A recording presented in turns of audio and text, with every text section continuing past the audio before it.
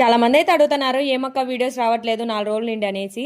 కొంచెం బాధలు అయితే ఉండా, అందుకనే వీడియోస్ రావట్లేదు. అసలు ఏమైందంటే యూట్యూబ్ స్ట్రైక్ వచ్చింది. అసలు ఎందుకు వచ్చింది, ఎలా వచ్చిందో ఇంకొక వీడియోలో అయితే తెలుసుకుందాం. ఇక ఈ వీడియో విషయానికి వస్తే ఈసారి సంక్రాంతి పండగకు మా ఊరికైతే వెళ్ళలేదు. అందుకనే మా అమ్మనే పిండి వంటలు ఎత్తుకుని ఊరికైతే వచ్చింది. మా అమ్మ ఊరికి వచ్చిందంటేనే అదొక ఆనందం. అందులో పిండి వంటలు ఎత్తుకొచ్చిందంటే ఇంకా అస్సలు ఆత్రం తట్టుకోలేక ముందుగా మా అమ్మని పక్కన కూర్చోబెట్టి ఇంకా బ్యాగ్ అయితే ఓపెన్ చేసిన. ఇంకా బ్యాగ్ ఓపెన్ చేసా అని 2 రకాల కజ్జికాయలు తెచ్చింది. వాటిల్లో ఒకటి చక్కెర కజ్జికాయలు, ఇంకోటి బెల్లం కజ్జికాయలు, అలాగే కొన్ని వడలు, కారాలు, లడ్లు అయితే తెచ్చింది. వీటితో పాటు కొంచెం కొత్తగా పెట్టిన చింతతొక్కు కూడా తెచ్చింది. చింతతొక్కు అంటే నాకు చాలా ఇష్టము. అందులో కొత్తగా పెట్టిందంటే ఇంకా ఇష్టము. అందుకనే తెచ్చిన పిండి వంటలన్నీ పక్కన పెట్టి ఫస్ట్ చింతతొక్కును అయితే దంచుతాను. ఈ చింతతొక్కు దంచుకోవడం చాలా ఈజీ. ఎలాగంటే ముందుగానే పసుపు ఉప్పు వేసి కలిపేసింటారు. ఇంకా పసుపు ఉప్పుతో పని లేకుండా 4 పచ్చిమిరపకాయలు ఒక ఎర్రగడ్డ వేసి దంచేసుకోవడమే. కాకపోతే ఇక్కడ నేను దంచుకోవడం లేట్ అవుతుందని ముందుగానే కొంచెం ఉక్క పక్కలుగా మిక్సీకి వేసుకొని తర్వాత 2 పచ్చిమిరపకాయలు ఒక ఎర్రగడ్డ వేసి దంచిన తర్వాత పోపు వేసుకోవాలి. ఈ పోపుకు మాత్రం కొంచెం నూనె ఎక్కువగానే పడుతుంది.